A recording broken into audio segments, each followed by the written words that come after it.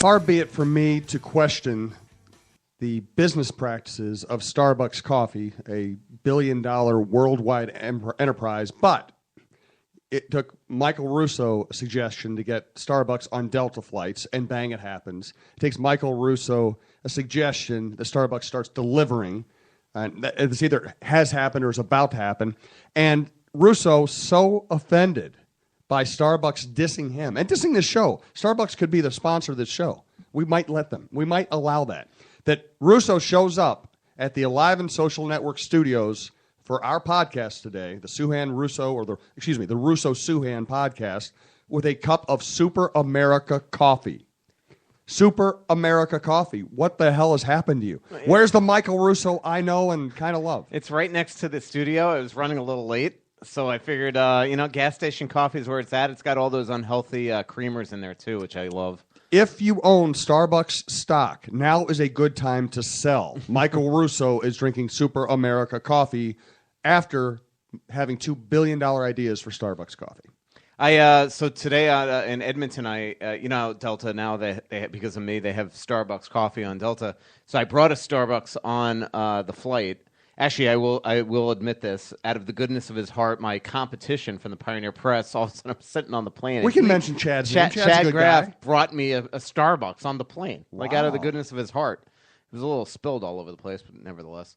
And so anyway, I drank. We call that, with you, it's called pre-spilled. So Chad and I have this thing on the road, like it's unbelievable. Like we'll get to like the rink 10 minutes after like we went to Starbucks. I'm already done with mine, and he hasn't even taken a sip.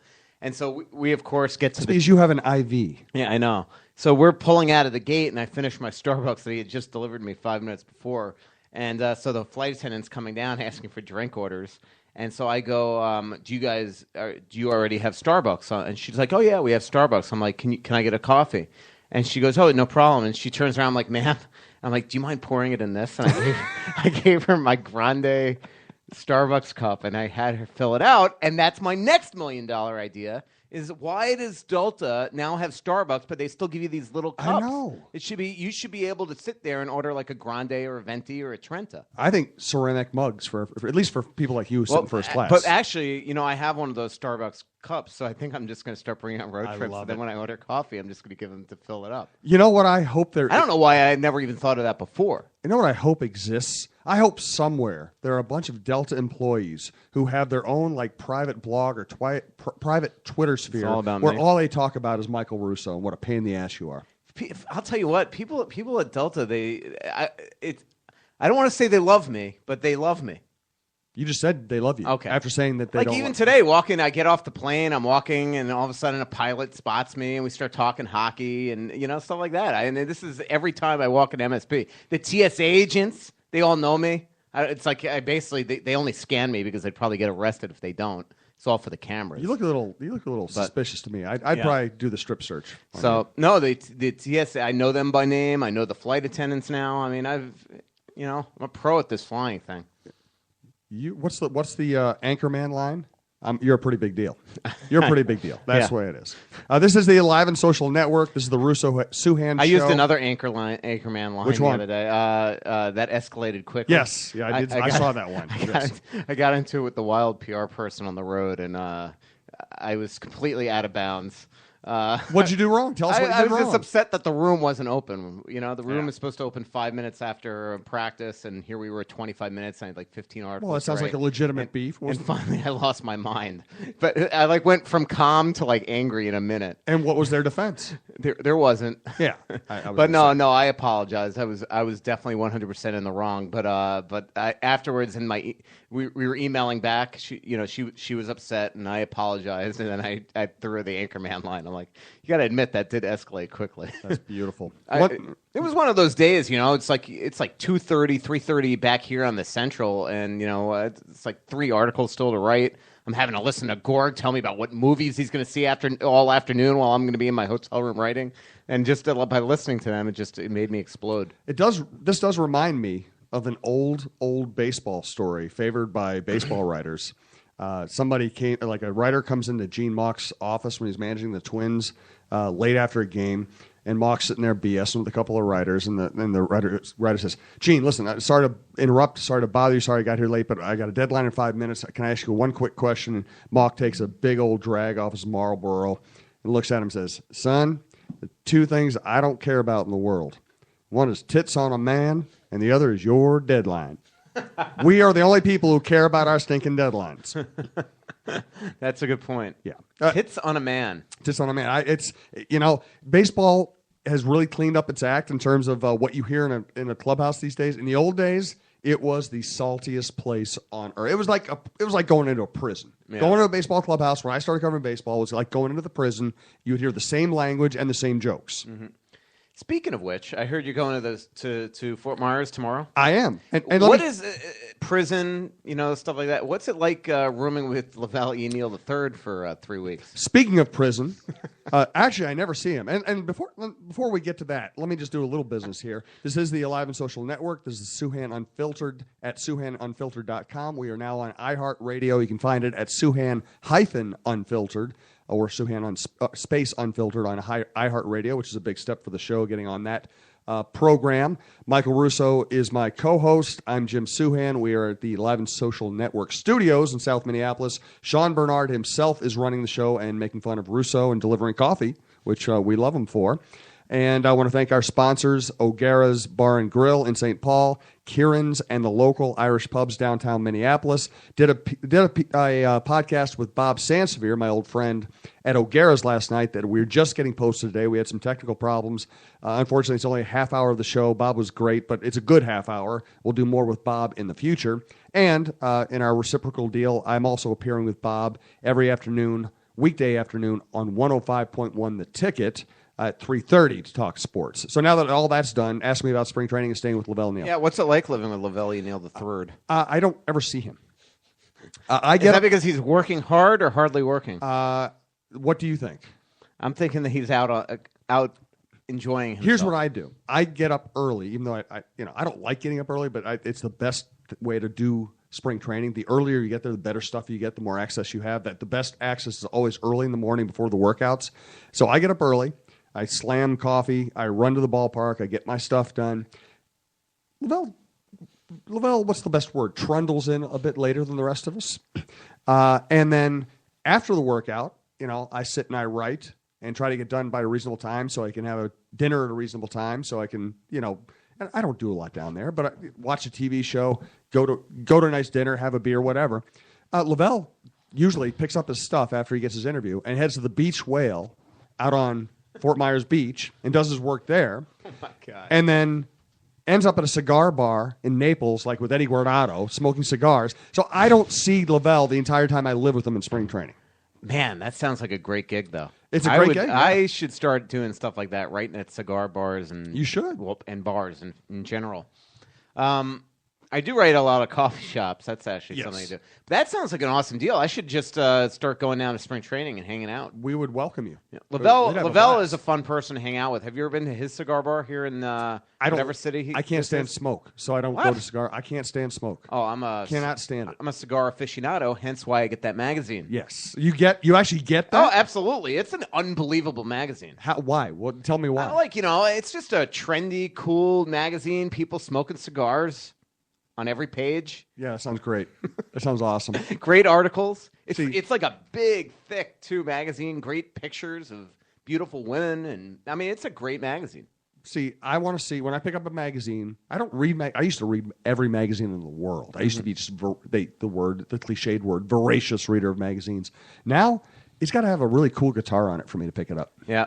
Hey, Nashville, not this trip that we're going to on Wednesday, but the trip after, going to Gibson Guitars. Yeah, I've been there. Yeah, I was there. I was there for the Wolves opener this year because of Wiggins' debut, and I went to the Gibson factory. The thing is, I know this is sacrilegious to say, Gibson is the iconic American brand, well, along with Fender, but I've very rarely have I picked up a Gibson and fallen in love. Like my latest guitar I needed for my band, I wanted a humbucking guitar that could really sound meaty. I ended up buying a Reverend. It's like a third of the price for what you're getting, and I think a better guitar. When we were there once about 6-7 years ago, and I'm pretty sure that Brent Burns and Brian Ralston went down to Gibson's and bought themselves some some awesome guitars. Yes, Yeah. absolutely. Brent Burns knows how to have fun too. Go. He's. Are you going to watch the outdoor game tonight, San Jose? Well, that'll be dependent on the significant other. How about this? The NHL has this great outdoor game in San Jose, right? They throw it there with the Kings. Guess what time it's on? Locally, 9 or something? Yeah. Oh, my God. 10:15 Eastern. The NHL can screw up. The NHL is like old-time baseball in that their fans are so devoted that they can screw up and they still won't hurt because the fanatical fans will still tune in. You know what was pointed out to me by one of my astute Twitter followers today? So tonight is the coldest day of the year, right? Yes. Today is the 21st? Yes, it is. All right, so it's technically tomorrow is going to be the coldest day of the year, but tonight's the coldest night.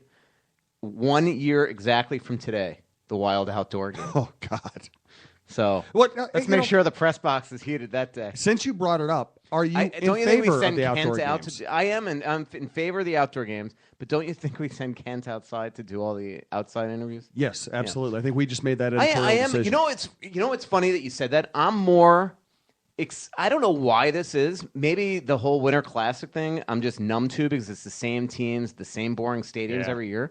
But I actually get more excited for these Stadium Series games just because, like last year, the one at Dodger Stadium, it was so unique against Anaheim. And tonight, in Northern California and, Silicon Valley, San Jose and LA, I don't know, it's just kind of unique. And so I actually am excited about finally getting to cover one next year. But the outdoor games are probably getting a little diluted. But I will say that the NHL basically says that if you show them, if you show the ratings and things like that, that locally and in the place where it matters, which is the local place, that it's still a huge deal when they come to those cities. Right. And that's why they don't, maybe put it on prime time. But it just seems weird that you go through all this expense. You only have one outdoor game this year besides the Winter Classic, and you throw it on at 10:15 Eastern time. It is bizarre. Here's my more casual hockey fan view of the outdoor games. I think they look cool on TV just because they're different. But I'm shocked that fans would pay money to go sit in the stands 50 yards away and freeze their butts off to watch it. That's the strange part for me. But then again, when you're in our business, you don't think the way fans do. Fans just love it. Somebody said to me on Twitter today in response to that retweet that I put about it, they'll just sell more hot chocolate at TCF. The Minnesota Rabid fans will still show up. And absolutely. They probably will. It's going to be such a big deal next year. Hopefully the weather is not this crazy. Again, if it is, I'll be in the press box. Yes, we'll be okay. I pity the fans, but we'll be okay. On a serious subject, yes. Actually not a serious subject, but on a serious topic. Like I'm not joking around when I say this. I have talked to Craig Leopold and said to him, you want a Winter Classic, you have to pitch something to the league that is unique. And I was talking to him and Matt Maka at the outdoor game at St. Paul where it was just outside on that stadium. Mm-hmm. And I said, if you could do something like this on a lake like Mystery Alaska and pitch it as this huge Minnesota Hockey Day and come up with the technology that's going to make sure that people don't fall through the ice, that would be a problem. But and then I would not want any credit for the idea, by the way. The Starbucks I'll take on the plans. But if people plummet into Lake Calhoun on this idea, but honestly, it really got his mind working, and they are really going to work on this type of pitch, where you want to churn where everybody is getting bored of the Winter Classic like you. If you want to make sure that everybody in this country, not even hockey fans, watches an outdoor game on January 1. Throw it on a lake like Mystery Alaska. Have you seen Mystery Alaska? It's such a great movie. Yeah. Minus Russell Crowe. But anyway, it is to me, that's what we we as Minnesotans, because we are now honorary ones. I've been told that every day. That's I think that would be a cool thing for the league to get behind if there's a way to do it.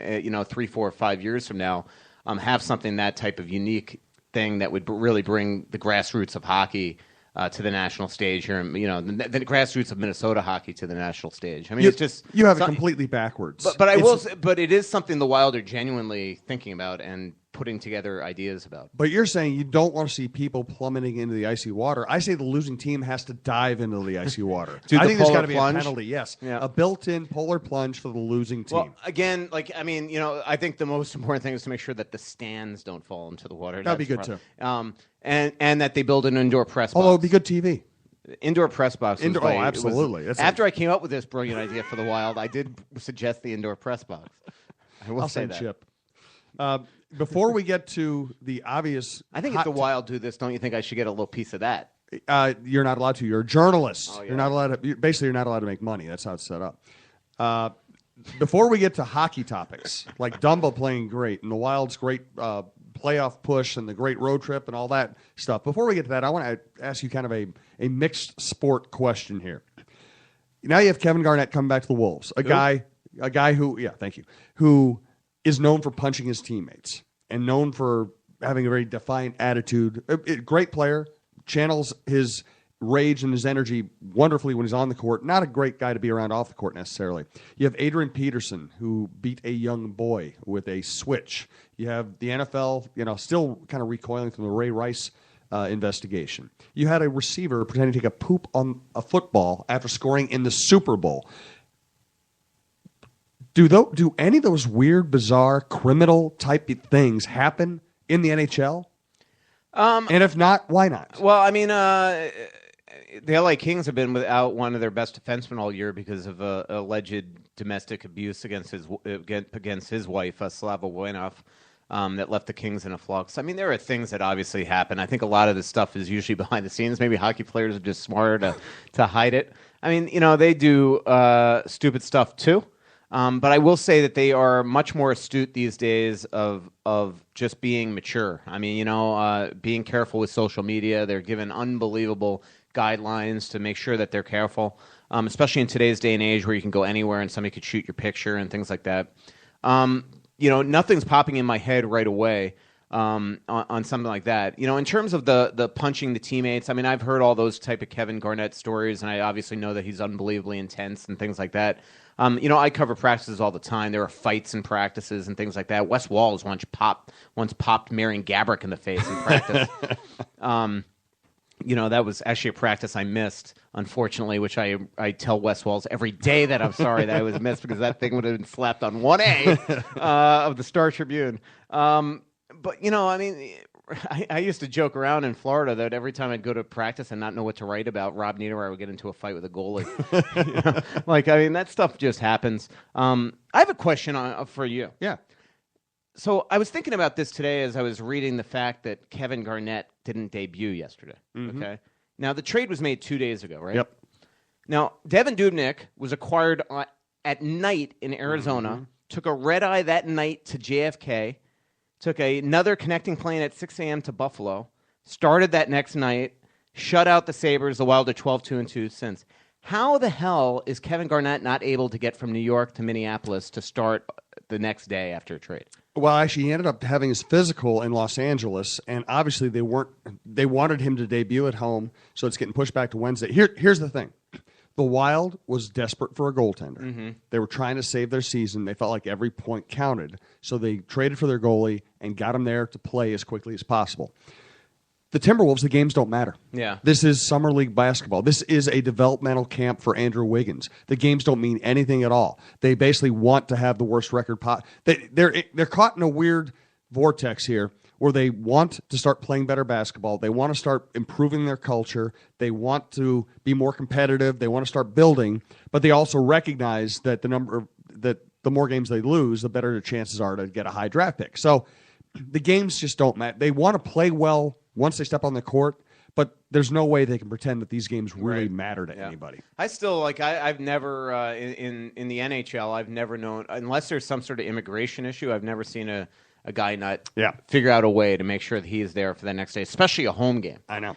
The fact that last night people were buying tickets on the hopes that he was going to basically play, and then he doesn't. I don't know. I just think it's bizarre, and to me that already leaves me bad taste in my mouth about the reasoning for this. There's no question that in all of professional sports, NBA players are the most entitled. Mm-hmm. They get paid the most. I mean, they're entitled NFL players, but they also put their bodies on the line and sacrifice their bodies for the richest sports league we've ever seen in America. NBA stars are the most entitled Princess and the Pea athletes in the world. Mm-hmm. They are.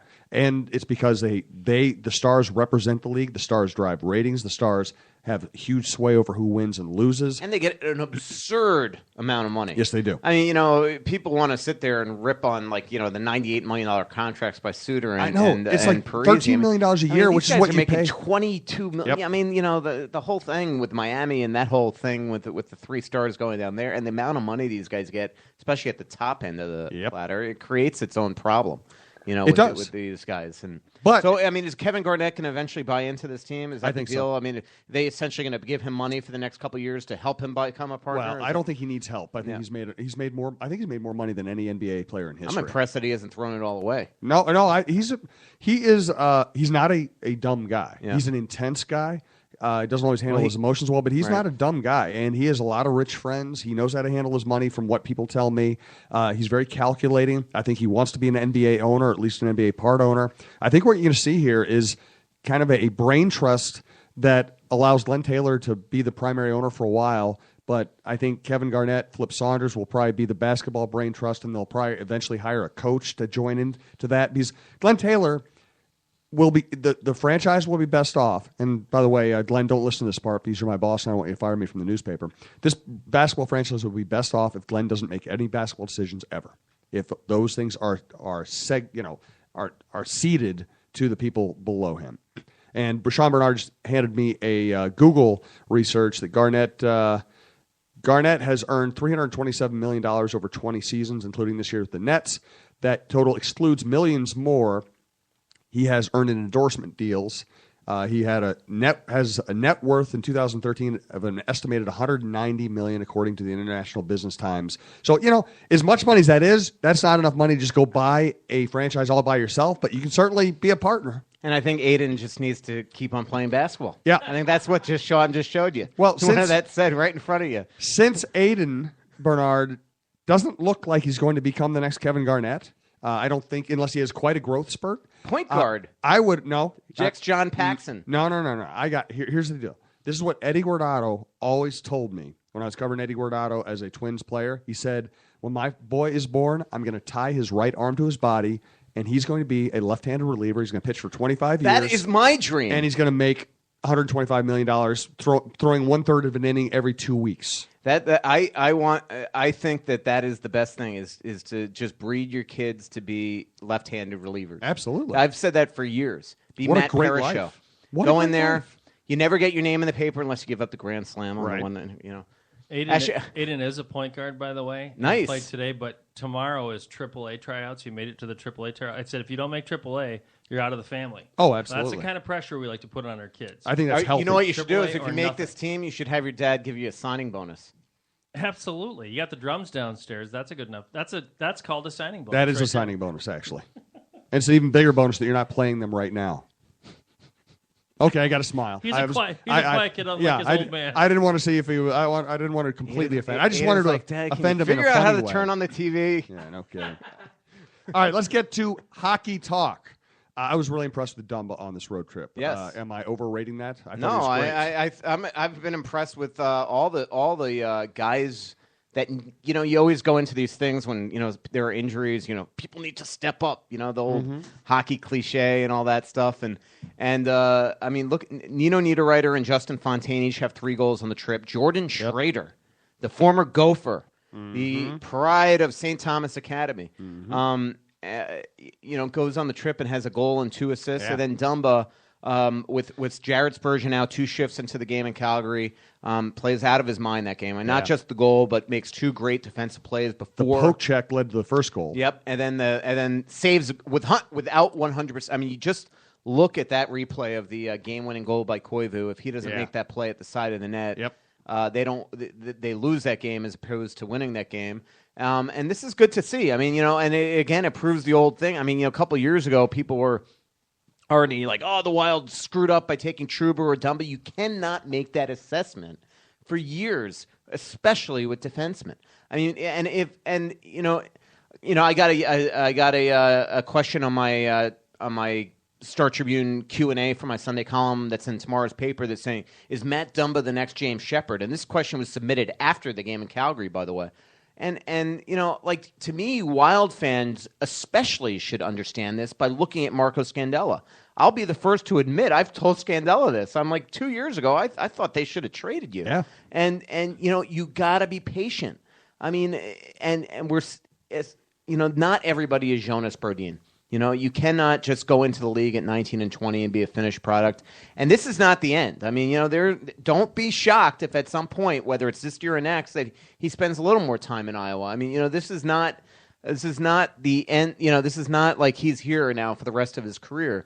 But he has the tools, and it's now just a matter of refining them and not being a defensive liability. And I give the coaches credit. I mean, they work with this guy, and they try to get him to play under control.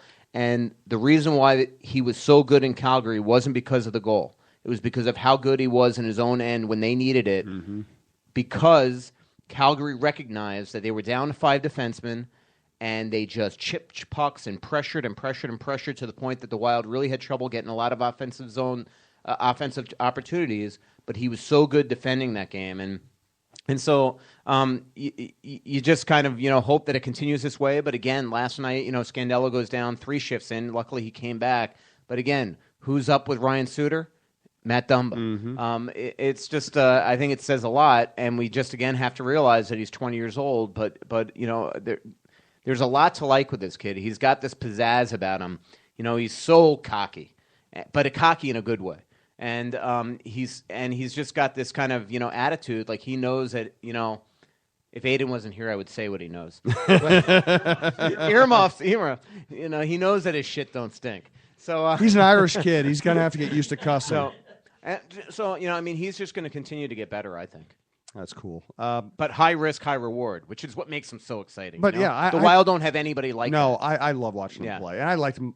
Things I liked watching him play even when he was screwing up. And he's got the bomb. He's got such a bomb, actually, that the forwards are really trying to get with him. He's almost impossible to redirect. Right, because the shot's too hard. Just watch. I mean, it's not even that his shot's too hard.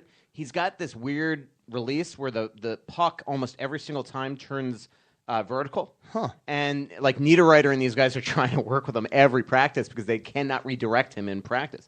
And you look at, I am one of those people that still think Christian Folin is going to be a great player. I don't know if he'll be a top 4, but he's got a lot of tools.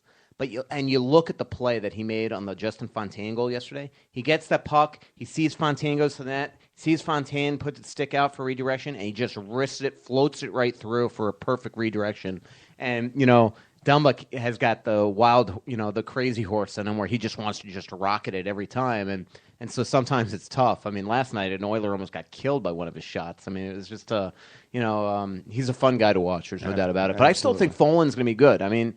He's 23, he's got the NHL frame, but he's still also, people got to remember, he's fresh out of college, right? I mean, the fact that he's not a stud yet shouldn't concern people. I have one of the sports writers in this league that I respect the most was saying, how come all these teams, he said this to me the other day. He goes, how come all these teams, that go after these college free agents and think they're going to be stars, don't realize, and you see Christian Folin in the minors. I'm like, wait a minute. First of all, Christian Folin was in the minors because at the time he was taken out of the Wild lineup for Dumba, because they wanted that more pizzazz, they went on a tear. So they sent him down to get some playing time. But they didn't send him to the minors because he's a bust. They sent him to he's only played at that, 30 NHL games still. So let's I think when we saw Nate Prosser come out of college, 4 years ago, I think none of us knew what to expect. He's still in the league as a serviceable player, years later. I don't think when these teams go after these guys that they do think that they're going to be absolute superstars. There are lots of examples of guys that have been great. The Chris Kunitzes, Danny DeKeyser's a great player. Justin Schultz is going to be a good player. Then there are the busts like the Stefan DeCostas and the Casey Wellmans and people like that. But I mean, they're projects. There's a reason why they weren't drafted. They're late bloomers. Right. Looking at the standings now and looking at the way this team is playing, the way Dubnyk's playing, I mean, do you have any doubt they're going to make the playoffs at this point?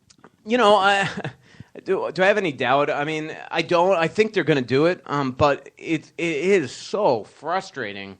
and I'm not even a Wild fan, right? I mean, but it's amazing that you can go 10-1-1, only be 7 points back at the start of this 10-1-1, but yet in the NHL fuzzy math, you've only gained 6 points on that edge. You know what I mean? So it's just what's scary is that they've just got to keep this pace, and the schedule does get much harder. That's true. The schedule gets much harder in March. So, they haven't been to Nashville yet. Nashville is the best home team in the league. The Wild still have 3 games in Nashville, and that team has lost 3 games in regulation all year. So it's not going to be, those are games where, if you win them, those are bonuses. And so I do think they're going to make it. I mean, as long as they, they just cannot have any more significant injuries. So that's the other thing. I mean, this team, Chuck Fletcher has only got another week to make some deals here. And, you don't want to make, he's almost in that quandary where you don't want to go too crazy because, you're seeing these guys like Schrader play so well, and all of a sudden, if you make a couple trades, you're basically saying Schrader can't be in the lineup anymore, or that type of stuff. So, but they've got to get some depth here because, I mean, last night they were a second away from playing, or a couple of millimeters on that skate blade on Scandella away from having a Justin Falk in the lineup tomorrow night. I mean, they've got to get at least another defenseman on this team. And do you have any doubt that Chuck will do that? I don't, but what's so problematic is that there's not a ton of defensemen out there, and Chuck is so sorry, I got distracted. I saw my ugly mug. That will do it. That's distracting all of us. Chuck is so adamant that he's not going to trade his first-round pick. No bubble team will do that, and the reason why is because in the new NHL, if you are first missing the playoffs, you can win the number 1 overall pick. So Chuck doesn't want to be the guy that trades his first-round pick, and then they win the lottery and get Connor McDavid, and he's, all of a sudden now, let's be honest, Chuck's not the GM of this team anymore, right? Right. So he's not trading his first, and because he's traded 3 seconds in the last 2 years, he really, really says to me that he does not want to trade his second. But the rentals out there are going to cost seconds. I mean, Sekera is a second and a prospect, I'm told. Santorelli, I mean, that's a strange one that Toronto just made. The Wild inquired about Santorelli, and they wanted a second and a prospect for him, and then they trade Cody Franson and Santorelli to Nashville for a prospect, a late first, which is basically a second, right? A late first, and like, Ole Jokinen, who they're going to probably have to trade away for a 6th or 7th if anybody's willing to take him. So, like, really, they traded 2 rentals for even almost what they wanted for Santorelli. Maybe that's why Toronto is Toronto. I don't know exactly what we're going to see here at the deadline because they're also, you just look, I mean, here's another example. And unfortunately, I thought of this on the way home today and my kind of Sunday columns put to bed, but like, Bergenheim and Fleischmann are 2 players that the Wild have inquired about in Florida. But Florida is a point from the playoffs right now. Like, are the Panthers really going to trade those guys? They might Bergenheim because it seems like Gerard Gallant hates his guts. But it just, there's not a lot of guys out there. Like Antoine Vermette is somebody that I think would help, but he is who he is. And Arizona right now wants a ton for him. So if my guess is that we're going to have to wait till next Monday for any of these answers.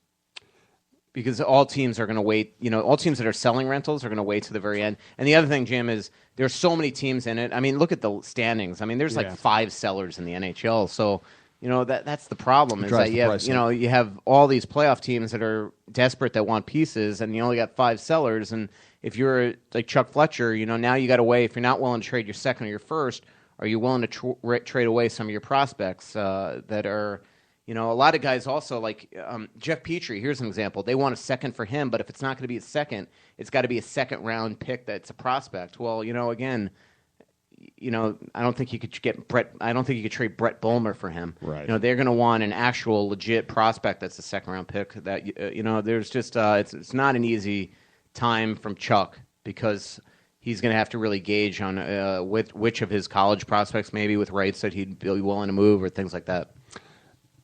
Is there any reason to believe that Dubnyk will get away from this franchise? And if they're going to sign him long term, how does it happen? Do they do it right after the season, or do they do it before then? I think right after the season. I mean, Chuck Fletcher says that, and I think Dubnyk understands this and is more than willing for this.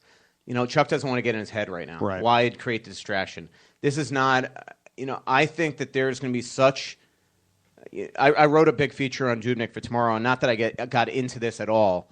In fact, I didn't get into the whole contract situation because I mentioned it a couple times in my Sunday column, and I decided to kind of be economical with my space. But getting to know Dubnyk as quickly as I have here in the last 3 weeks, so not very well, but getting a good feel of him, I think he's going to feel a sense of loyalty to an organization that saved him, right? I mean, the whole story that I wrote tomorrow is how this guy was at rock bottom just 1 year ago, and how, the Wild have given him a new lease on life. And so I think that, the Wild, from their perspective, are going to know that they've got to sign him because they can't come back with Kemper and Backstrom, and because they're not going to want Antti Niemi, and there's no other real good free agents at all available. And then you're having to look to try to make a trade. Dubnyk's right here. They're going to probably try to, I would think, sign him on a more of a short-term deal, kind of prove it to us that this was the real you, if Dubnyk's smart.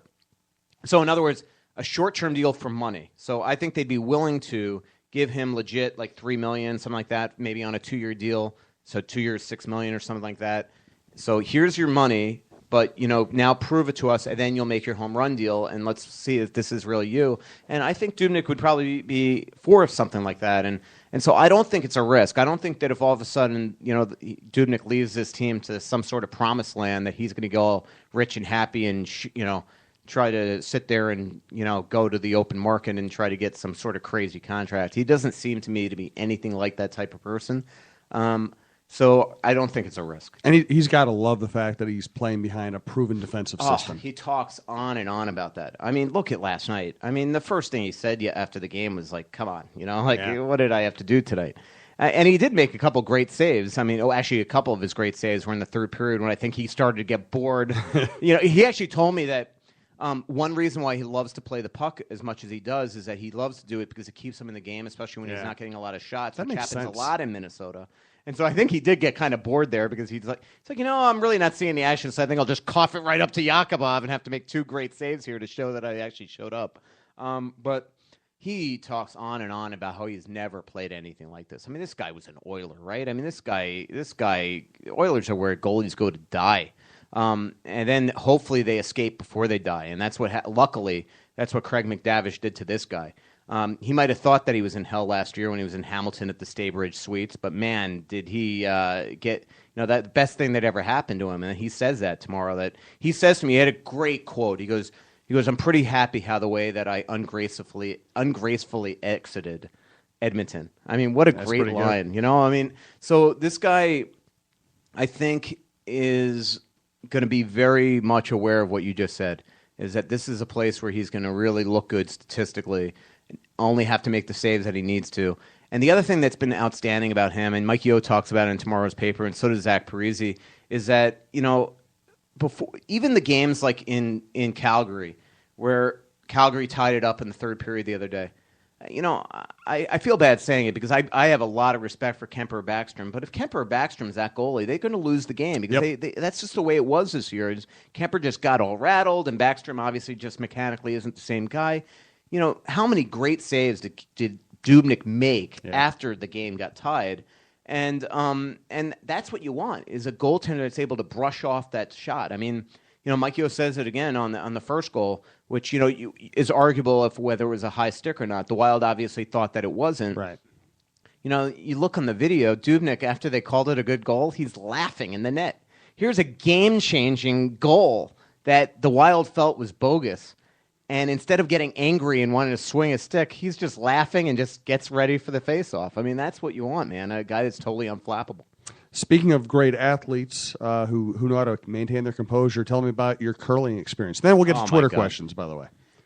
Curling was not it was a good experience. It was a fun experience. I have more respect for curlers and the fact that they could, a lot of them that do look like me are still able to do it. I mean, I was sore the next. I was not sore the next day. I was sore by my second time I threw the rock. I mean, my muscles were doing stuff that you just don't normally do. I mean, So what's the hardest part? Well, for me, it was just kind of keeping my balance as I was sliding on the ice. It's a weird thing. You put your right foot into this kind of contraption, and then you're wearing these, sliders on your left, and you're basically going to lunge out and try to slide as you're throwing this rock. And so, I was just trying not to do, a head first, into the ice. Of the 8 curlers, I was by far the worst. I was a good sweeper. Were you? Yep, I was good at shooting the breeze. Sorry, Aiden. I was good at that stuff. I was good at kind of yucking it up with my teammates, but I wasn't good at the actual participation. Sean, this is a shocking development. Michael Russo is telling us that he wasn't a great athlete, but he was a good talker. I was. And this is breaking new ground. Yeah. Breaking a lot of new ground here today. What's so sad is that I used to be like a good athlete. When I was a kid, I was a great baseball player. I loved playing street hockey and things like that. Football, basketball. Like, what has happened to me, you man? got old. Like, it's just, I became a sports writer. Yeah, that'll kill you. Believe me, that'll kill you. All sports writers used to be able to play. Some can still, but but some do it on the side still. I haven't in so long that I've just become embarrassing. When I first moved to town, I used to play hoops it was all local musicians and local journalists. So I'd be on the court, and it'd be Mark Perlman from the Jayhawks. Nice. I'm blanking on his name. Dan Wilson from Semisonic. John Wow. Munson from Semisonic. Matt Wilson, I believe, from Semisonic. I might be screwing up his name. And then a bunch of music writers and sports writers. And those are some of the most fun games I've ever been involved with. And of course, then there was the former St. Paul Pioneer Press music writer Jim Walsh, who I hope is listening to this because I'm going to call him out for taking every shot. Never passed the ball once. Here he'd be on the court with 4 of the greatest musicians in America, and he's going to take every shot. Semisonic. Yeah, very good. Are they still around here? No. John Munson does a lot of producing now. Okay. I think I always get their names mixed up. I think it's Dan Wilson, who moved to L.A. and writes a lot for movies now. I mean, is it offensive to basically call them one-hit wonders? I mean, is that what they were? Their one-hit wonder is the embodiment of a end of a bar closing. It is. I mean, but I don't know one other Semisonic song other than Closing Time. I used to listen to them quite a bit, and they're very good. So one hit, if you want to use the word hit, one-hit wonder. They had one hit. That's very true. They did a lot of great music, but that was their only quote-unquote hit. Absolutely. And they were also in the band Trip Shakespeare. Yes. Before and, that, which and was actually, great band. actually, when I was playing basketball with those guys, they were in Trip Shakespeare. Semisonic came later. I have a question. Aiden, you know what band have you I ever also seen your dad do karaoke? You should see that one day. And your uncle. You've and heard your it? uncle. You've heard it? What do you think? So he gave us the I think I will say that I saw Sean and your brother, right? My nephew. My Sorry, your nephew.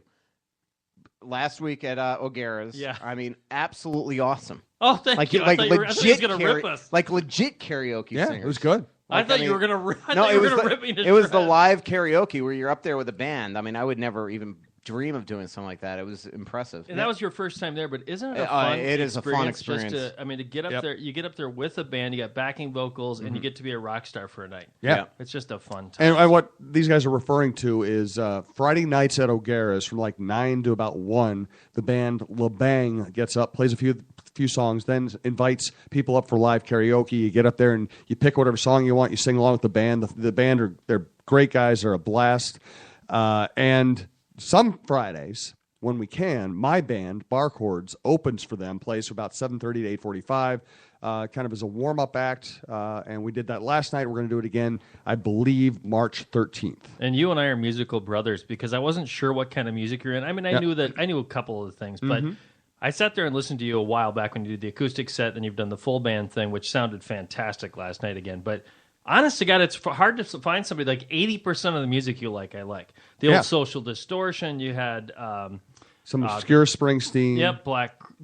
Black Crowes, Matthew Sweet. Oh yeah, Matthew Sweet. Nobody plays Matthew Sweet. I love Matthew Sweet. Yeah, we got another song of his we got to add soon. And the one thing we did discover last night was we have a lot of we have some Roadhouse music. We have a Delbert McClinton song, an old Subdued song. We have a lot of great stuff. The one thing I noticed last night is a bunch of people started dancing, and we looked at our set list and said, we don't really have anything left on the set list to keep people dancing. So we're going to start working up some. We're going to start building our sets so we play the sit down music early and the dance music late. Do you got at least an egg shaker for the curler over there? He's a tambourine man. Oh, are you a tambourine man? No, absolutely. I just made that up. Nice. Yeah, but we'll get him going on the tambourine. Back to sports. And by the way, as we were talking about all the local, I gave you such a great name for your band, and you're not using Which one? Ink Stained Wretches. I like it, I do but too. it's real. We keep having discussions in the band about the band name, and the loudest voice that keeps coming up says, don't change your band name every 2 weeks. You're going to confuse people if people start knowing you as one band name. And he pointed out that the Beatles didn't like their name. Bare Naked Ladies hated their name. Foo Fighters hate their name. But once you have a name, you kind of have to build on it. Yeah. So it's not my favorite name. It's number 5th on the list. I would actually go with the Players. Somebody on Twitter recommended it, which is a great name, the Players to be Named Later Band. It'd be a great name for a sports writing band. How about Future Considerations? Future Considerations is really good. I like that a lot. That'd be a great one. I like Farm. You know the band Trampled by Turtles from Yes. Duluth? Oh, I love Man, them. I love them. They suddenly followed me on Twitter. So now they constantly are we're tweeting back and forth and everything. That's awesome. And they're playing Red Rocks this summer, and wow. I 100% have to go. Wow. I met Dave Simonette, the lead guy. He was neighbors with my friend John Cosgrove, who's going to be on my show tomorrow. But we really want to get Dave Simonette and Trampled by Turtles in here to do a Southside session. That'd be awesome. They're so good. They are unbelievable. And I'm still they play it at First Ave either last year or a couple years ago, and I couldn't make it with my buddy. But it was on Palladium or something. It was on something that I've seen it on, and it blew me away. Yeah, it's really unbelievable. Good. They are really good. And one more music note before we get back to we'll do Twitter questions here next. What I really miss locally, Golden Smog. The all-star band, with Wilco and Jayhawks and everybody else. God, they were good. I love their albums. I wish they'd do a reunion. In fact, I might have to get Perlman and maybe Dan Murphy or somebody to come out and do a podcast with me, because I'd love to talk music with those guys. You got to get Dan Wilson on too. Do you think you could? I'm sure we have connections. I'm sure I could find them. Yeah, I'll have to do fantastic. that. Okay, now to Twitter questions. Sometimes the most popular part of this show, because people ask such good questions for Russo. From Jesse Jones, what do you think of Halla this year? Biggest disappointment? Can the Wild get anything for him? I think that he is the type of guy that might be dangled this summer because he's a Group 2 free agent. It kind of reminds me, although it happened a little later in his career, and a more productive player with Cal Clutterbuck. Sometimes when you go into a Group 2 year, you got to make a determination on a player. I know that the organization is disappointed with him, but it's also a scary time to trade a player with this much talent because he's a second-year guy, and maybe he just got a little too happy. He had such success so quickly there in the playoffs last year that maybe he went into this summer and thought things were going to come a little too easy to him this year and didn't work out as hard or things like that. That seems to be something that Mike Yeo has openly criticized it for, is his fitness level. He did have his summer a little bit debilitated and delayed in terms of training because he broke his jaw in the World Championships on a cheap shot, I might add, by Evgeny Malkin. So I think it is a little dangerous to trade him, but those are the type of things. If you're not willing to trade top picks, Eric might be one of those guys that gets you something. But there's no doubt he's been a disappointment. I will say he's been a real big part. This penalty kill was abysmal last year. It really almost killed him. And they're third best in the NHL right now, and he's part of that. Next question from Jason, our guy at Eyes on Vandy, a loyal follower for both of us. If there are players in Iowa that can help after the trade deadline, isn't it worth losing 1 month of development? Can start in Iowa next season. I'm not exactly sure what he's talking about. I assume he's talking about Tyler Grayovac. I don't think that they look at him as being somebody that can help right now. I mean, Jason Piant, who's a very astute hockey mind, look at his last game with the Wild, and you'll see what the problem is. I mean, he just was lost. It is a tough time to put a young kid that has not played in the NHL in games. Now, there might come a point where they're desperate and have no choice, but he looked overwhelmed that game. He's got incredible talent, but they don't want to put him in a pressure situation where he can maybe succumb. My guess is, and really, as Jason is well aware, Grayovac's the only guy in Iowa right now that would even have a chance. So he's got to be talking about Grayo because there's nobody else down there that's worth the darn to call up. I mean, there just isn't right now.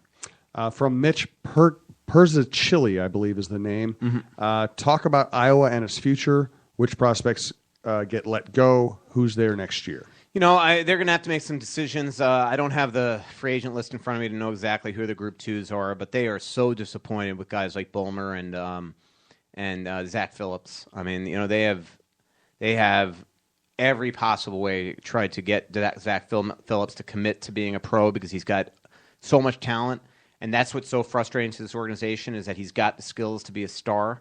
Not just a good player, I mean a stud, but he just doesn't seem to want to commit right now. So he's almost the type of guy that you almost need to bring back just because you don't want to really cut the cord yet, almost like a Tyler Kuma. It's so cheap to re-sign him, why not? Bulmer's a guy that was always going to be a project, but he's just does not have a good reputation down there. He was not a popular guy with the old regime down there and things like that. So in terms of again, Iowa stinks because they've never had, all of the young kids that would probably be there are up here. That's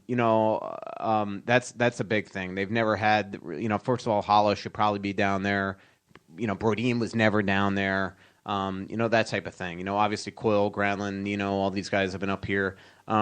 Then they've had the players that have fizzled out. Then they've traded so many draft picks. And then the other thing is that because they have had so many prospects on the NHL lineup, the Wild have almost made a conscious decision the last 3 or 4 drafts to draft a lot of college kids. So then it takes you longer to have to make a decision on signing them.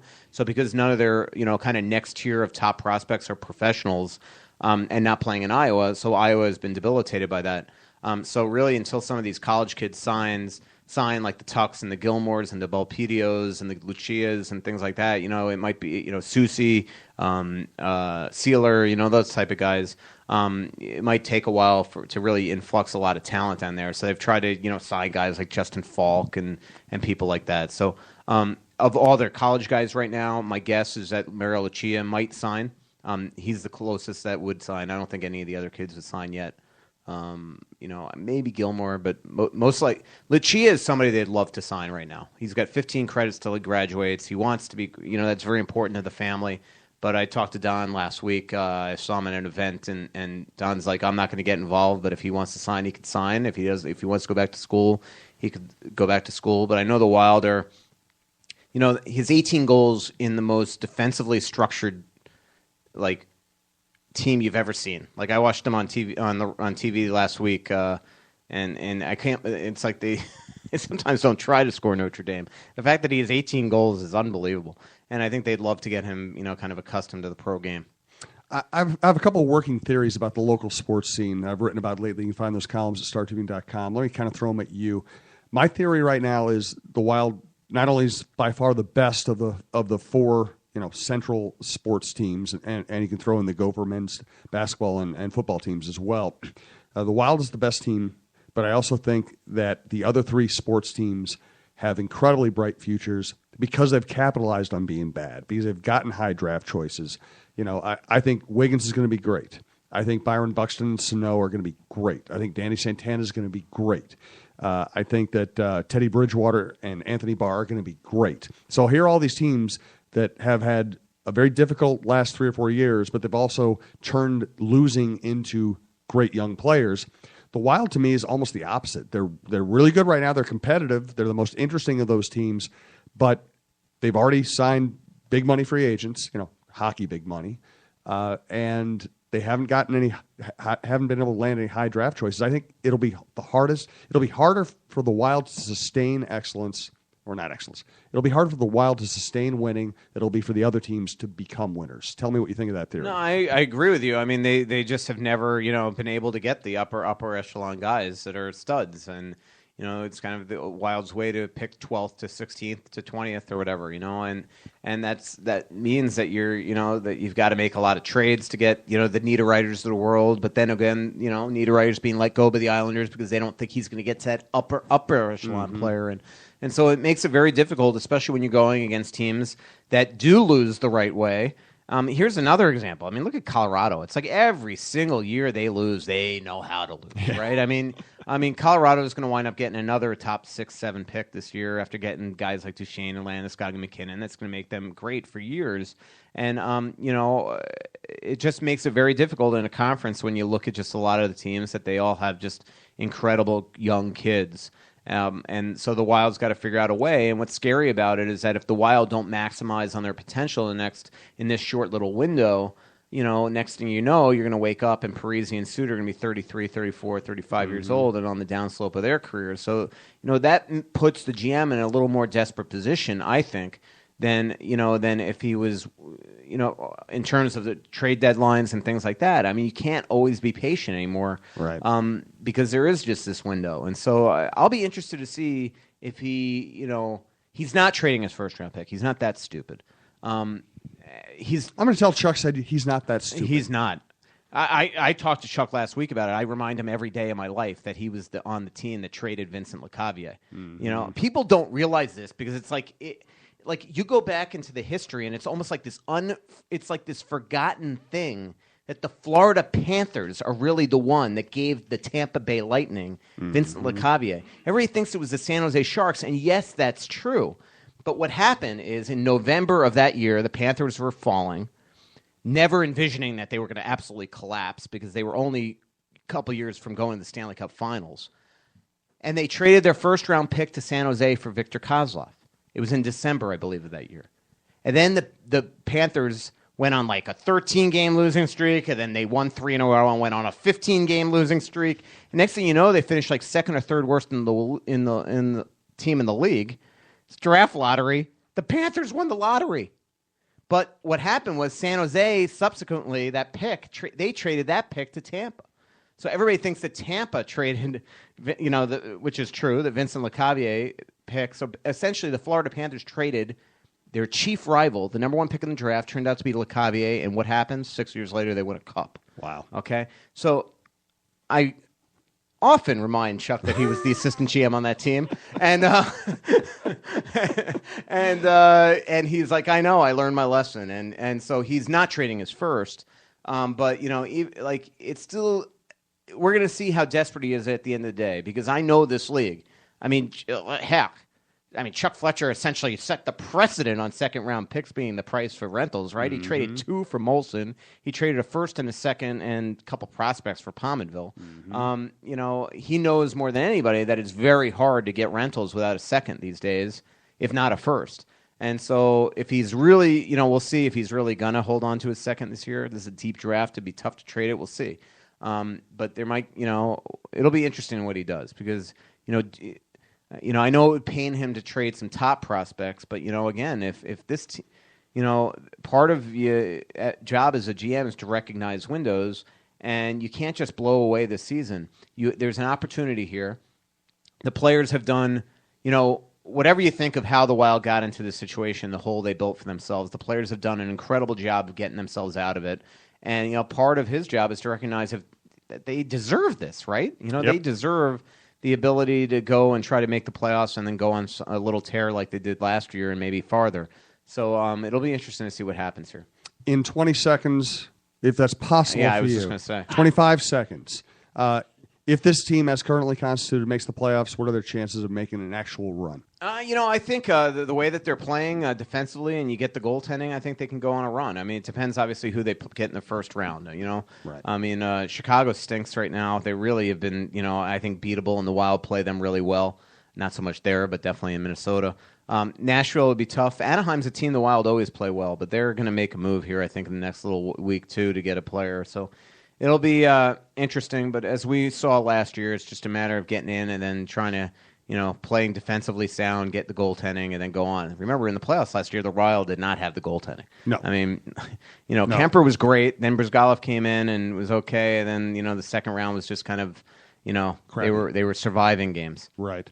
That's Michael Russo. This is the Russo Souhan podcast. You can find it and all the other podcasts we've done together and all over my other podcasts at SouhanUnfiltered.com or at iHeartRadio at Souhan-Unfiltered. I'm going to spring training, but we'll find a way to do some more eventually. Say hi to Lavelle for me. If I ever see him, I will. Yep. Thanks to our primary sponsors, O'Gara's Bar and Grill, Kieran's, and The Local, the great Irish pubs in downtown Minneapolis. And thanks to the Alive and Social Network, we'll be talking to you soon. Don't do what it used to. Can't disguise the living, all the miles that you've been through. Looking like a train wreck. Who sings that? That's